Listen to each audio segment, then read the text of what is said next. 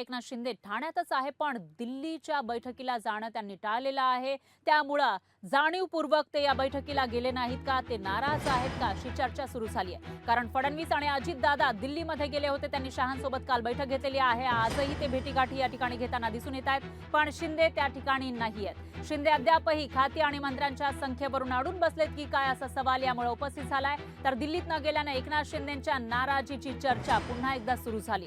मुख्यमंत्री देवेंद्र फडणवीस, त्याचबरोबर उपमुख्यमंत्री अजित पवार हे नवी दिल्लीला गेले असले तरी देखील उपमुख्यमंत्री आणि महायुतीमधील दुसऱ्या क्रमांकाचा पक्ष असलेले एकनाथ शिंदे, शिवसेनेचे प्रमुख एकनाथ शिंदे यांनी त्यांच्याबरोबर जाण्याचं टाळलं, अशी चर्चा आहे. तर मुख्यमंत्री फडणवीस आणि उपमुख्यमंत्री एकनाथ शिंदे तसंच अजित पवार यांच्या शपथविधीला एक आठवडा होत आलेला आहे. अजूनही मंत्रिमंडळ विस्तार झालेला नाहीये आणि त्यामध्ये अजूनही चर्चा सुरू असल्याचं कळत आहे. काही जागांवरून, काही खात्यांवरून रस्सीखेच सुरू असल्याची माहिती सुद्धा समोर आलेली आहे. तरी सुद्धा महायुतीमध्ये मंत्रिपद वाटपावरून अद्याप एकमत झालेलं नाही, अशी माहिती आहे. आणि शिंदे आजही चांगली खाती आणि मंत्र्यांच्या संख्येवरून अडून बसल्याचं कळत आहे. शपथविधीनंतर भेट घेण्यासाठी फडणवीस पवार हे दिल्लीला गेले, पण या दोन प्रमुख नेत्यांसोबत जाण्याचं शिंदेंनी टाळल्याचं दिसून आलंय. संसद अधिवेशन सुरू आहे संसदेचं आणि भाजपचे सर्वच नेते त्याच्यामध्ये व्यग्र आहेत. अशा वेळी त्यांची रीतसर योग्य वेळ घेऊन जाणं योग्य होतं. औपचारिक भेटीसाठी वेळ न घेता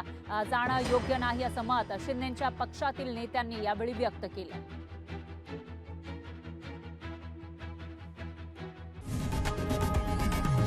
लोकशाही मराठी ऐका, पहा, जागरूक रहा.